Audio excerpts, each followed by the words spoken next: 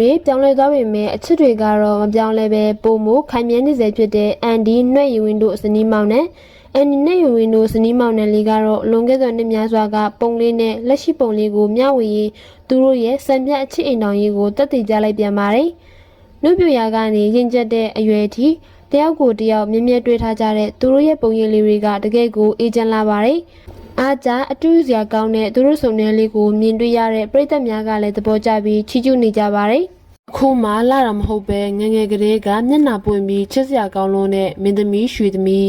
ကျင်းရသူတိုင်းကိုအသေးရစေမဲ့သူမရဲ့ငယ်ဘဝအမတ်တရပုံရိပ်လေးတွေကတော့ပရိသတ်တွေရဲ့နှလုံးသားကိုထပ်မံဖန်ဆားလိုက်ပြန်ပါပြီ။ဘလောက်တောင်ချစ်ဖို့ကောင်းလဲဆိုတာကြည့်ကြည့်လိုက်အောင်နော်။မြို့အားပြင်းပြင်းနဲ့ဆွဲဆောင်မှုရှိလာတဲ့မင်းသမီးလေးတန်စင်မောင်ရိုးရှင်းချင်းရဲ့လာတရားဖက်ရှင်ရေးစီကြောင်းတွေကြားထဲမှာရိုးရင်လေးနဲ့ကြက်တည်းရှိရှိလှပနေတဲ့မင်းသမီးလေးတန်စင်မောင်ရဲ့လာကတော့နေရသူပေါင်းကိုရင်သက်ရှုမောဖြစ်စေပါတယ်။ပေါ့ပါနူညံ့တဲ့အကောင်ဝင်ဖြော့လေးနဲ့တူပန်းပွင့်လေးတစ်ပွင့်ကိုကိန်းဆောင်ထားတဲ့သူမရဲ့ပုံရိပ်ကသဘောဆဆန်နဲ့အရန်ကိုလိုက်ဖက်လွန်ပါတယ်။ဆူရှာပြီးဆွဲဆောင်မှုပြည့်ရှိတဲ့မျက်ဝန်းတစုံကြော့ရှင်းတဲ့အနေအထားတွေကတပုံတပုံချင်းစီတိုင်းကိုတောက်ဝင်လှပစေတာမှန်ပဲဖြစ်ပါတယ်။ပရိသတ်တွေအမြဲချစ်ခင်အားပေးနေကြတဲ့တန်စင်မောင်ရဲ့မြင်သူငေးရလောက်မဲ့ပုံရိပ်တစ်လေးတွေကိုအားလုံးပဲသဘောကျမယ်လို့မျှော်လင့်ပါတယ်။လူရှင်တော်တွက်လက်ဆရာသမားခင်လိုင်ထံမှခွဲထွက်ပြီးကိုပိုင်ချန်နယ်ထောင်ပြီးလူရှင်တော်တရုတ်ဆောင်တွက်လက်ကဆရာဖြစ်သူခင်လိုင်ထံမှခွဲထွက်ကကိုပိုင်လမ်းကြောင်းသစ်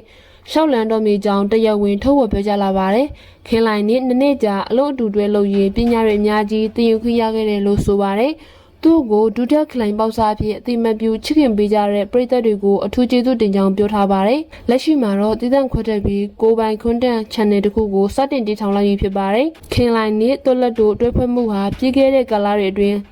ဟာတာဗီဒီယိုကွန်တက်ရင်သာမကရုပ်ရှင်စကားကြီးတွေမှာပါပရိသတ်တွေကိုအကြိုက်တွေးစေခဲ့တဲ့အတွဲညီညီအတွဲဆက်တစ်ခုဖြစ်ပါတယ်။ဆရာချီယာနေပြီးကိုပိုင်ချီလန်းသေးစတင်လိုက်တဲ့တွက်လက်တယောက်ဒီသမကအောင်မြင်ပါစေကြောင်းဆုမကောင်းတောင်းပေးလိုက်ပါတယ်။အမေရိကန်မှာငယ်စဉ်ကလေးကမိသားစုနဲ့တူပြောင်းရွှေ့နေထိုင်ပေမဲ့မြန်မာနိုင်ငံချစ်တဲ့ဘန်ဟာ USA ပြိုင်ပွဲအောင်ပွဲခံတိုင်းမြန်မာအလံနဲ့တူအောင်ပွဲခံလေးရှိသူဖြစ်ပါတယ်။ဂျက်ရှူအာဖန်ကတကယ်ကိုဘွားမမေးတဲ့ကလေးတစ်ယောက်ပါပဲ။မလေးရှားဒုက္ခသည်စခန်းမှာ၄နှစ်လောက်သူနေသွားတယ်လို့သိရတယ်။အခုသူချန်ပီယံဖြစ်တဲ့ချိန်မှာဒီဒုက္ခသည်စခန်းကိုပြန်လာမယ်ဆိုတော့ကျွန်တော်တို့အားလုံးအယံဝမ်းသာရပါတယ်။သူ့ကိုလေးစားအားကြရတဲ့လူငယ်တွေအများကြီးရှိပါတယ်။ဒုက္ခသည်စခန်းမှာလမ်းပြောင်းနေတဲ့လူငယ်တွေလည်း